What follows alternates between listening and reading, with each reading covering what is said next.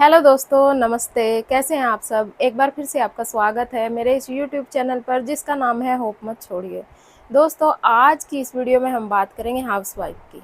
मेरे पास बहुत सारे भर-भर के कमेंट आ रहे हैं और उन कमेंट में अलग-अलग बातें की जा रही हैं और मैं आपकी मनोस्थिति से समझ रही हूँ कि आपकी मनोस्थिति इस समय क्या है। आपके कमेंट पढ़कर बहुत कुछ समझ में मुझे आ रहा है।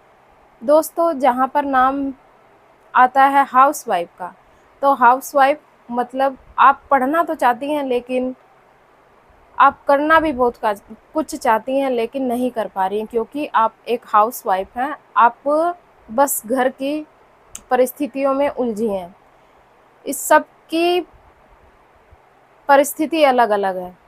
किसी को कुछ परेशानी है तो किसी को कुछ परेशानी है, लेकिन परेशानियाँ सबके जीवन में हैं। आप चाह कर भी नहीं कर पा रही हैं कुछ। तो दोस्तों, मैं आपको बता दूँ, ये जो हमारी लाइफ है ना, इसमें अप्स एंड डाउन तो चलते ही रहते हैं। यहाँ पर आपको ज़रूरत होती है एक स्ट्रॉन्ग डिसीजन लेने की। मेरे पास एक मैसेज आया था कि मेरे घर की आर्थिक स्थिति सही नहीं है और मेरा छोटा बच्चा है और मैं जॉब करना चाहती हूँ प्राइवेट बाहर जाकर, और मुझे सर्वाइकल की भी बहुत ज़्यादा प्रॉब्लम है। तो मैं आपसे ये कहना चाह रही हूँ कि मैं समझती हूँ कि आपकी आर्थिक स्थिति सही नहीं है और आपका बच्चा छोटा है, उसको घर में रखने वाला कोई नहीं है। तो आप मुझे ये बताइए कि आप अपने बच्चे को किसके भरोसे छोड़कर जाएँगी? आप अगर बाहर चली गई, अपने बच्चे को छोड़कर चली गई, मान लिया आपने 5-7 या 8-10 हज़ार की जॉब भी कर ली, तो आपका बच्चा, जिसको अभी आपकी बहुत ज़्यादा ज़रूरत है, उसको आप किसके भरोसे छोड़ेंगी? देखिए दोस्तों, भले ही मुझे जॉब बहुत लेट मिली है, लेकिन मैंने अपने दोनों बच्चों के प्रति अपनी जो ज़िम्मेदारी थी, मेरी जो रिस्पॉन्सिबिलिटी थी, उसको बहुत अच्छे से निभाया है। मैंने कभी अपना फ़ोकस पूरा अपनी तरफ न रख कर ये नहीं सोचा कि मैं आगे निकल जाऊँ, और ऐसा कभी नहीं हुआ कि मैंने अपने बच्चों पर ध्यान नहीं दिया।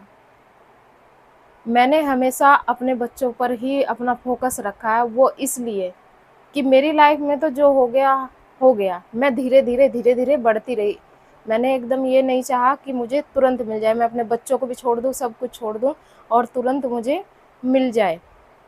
मैंने पूरा ध्यान दिया है अपने बच्चों पर, भले ही मुझे जॉब लेट मिली है। और मेरे बच्चे देखिए, आज एक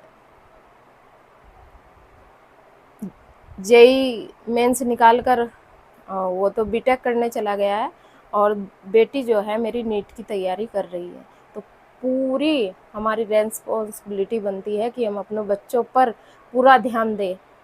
हमारे साथ तो जो हो रहा है, हो रहा है। और देखिए, आप बाहर जॉब करने जाएँगी, एक तो आपके बच्चे को, आपके घर को कौन सँभालेगा? और जब आपकी तबीयत ठीक नहीं है, तो आप बाहर जॉब कैसे कर लेंगे? आपको सर्वाइकल की प्रॉब्लम है, तो कैसे आप अपनी जॉब करेंगे?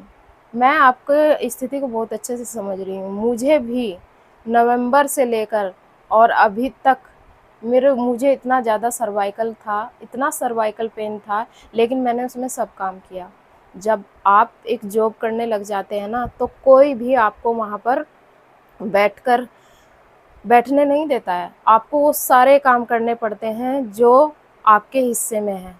आप किसी को रोकर भी नहीं सुना सकते कि मुझे ये समस्या है। तो आपके लिए यही सबसे ज़्यादा बेटर है कि आप अपने घर में रहें और अपनी पढ़ाई पर ध्यान दें। हर स्थिति में आपको पढ़ना है। बहुत अच्छे से तैयारी करिए 6 महीने की, जिसमें आपको जॉब मिले सरकारी।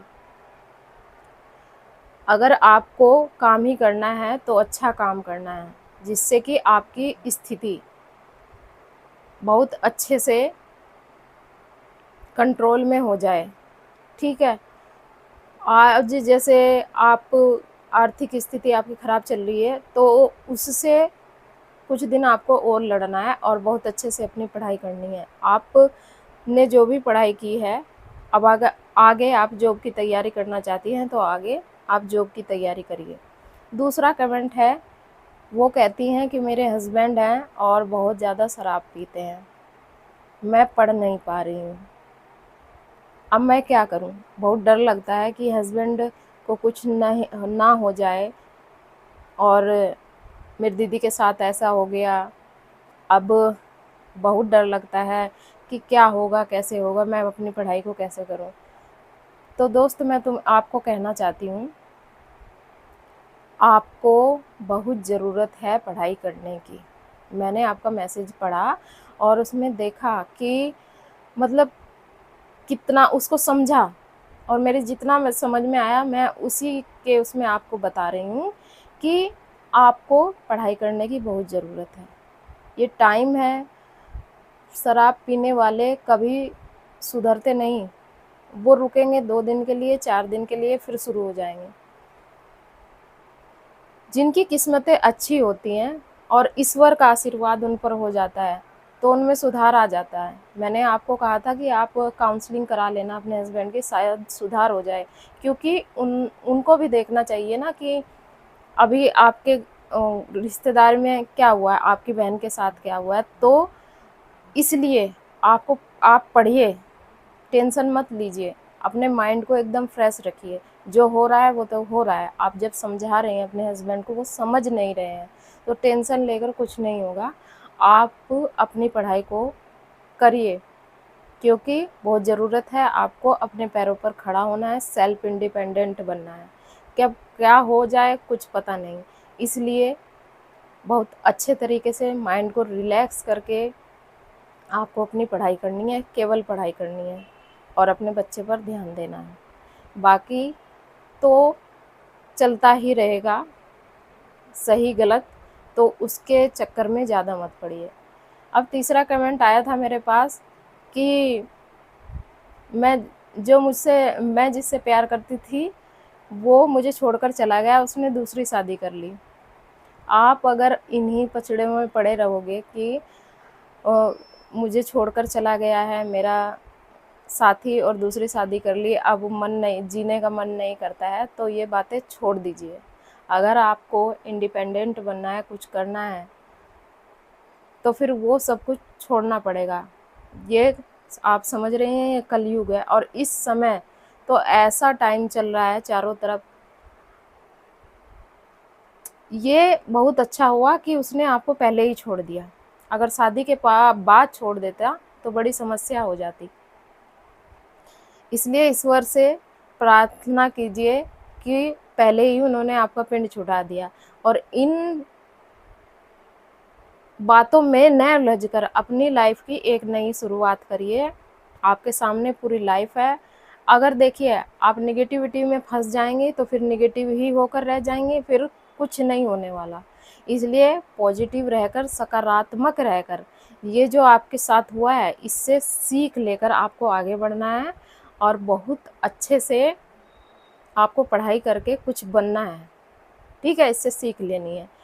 अब कुछ महिलाएं हैं जो बहुत परेशान हैं, उनको मेरे मोटिवेशन की ज़रूरत है। मैं आपको मोटिवेशन देती रहती हूँ, फिर भी वो कहती हैं दीदी समझ में नहीं आ रहा है, कहाँ से शुरुआत करें, क्या पढ़े क्या नहीं पढ़े। और मैंने बहुत बार बताया है कि आप अपनी शुरुआत ऐसे करिए, आप कितना घंटे पढ़ रही हैं उसको डिवाइड कर लीजिए। डिवाइड करके आप सिलेबस के अकॉर्डिंग पढ़िए। जीके जीएस को 2 घंटा दीजिए अगर आप 5 घंटा पढ़ रही हैं, और अपने सब्जेक्ट को 3 घंटा दीजिए।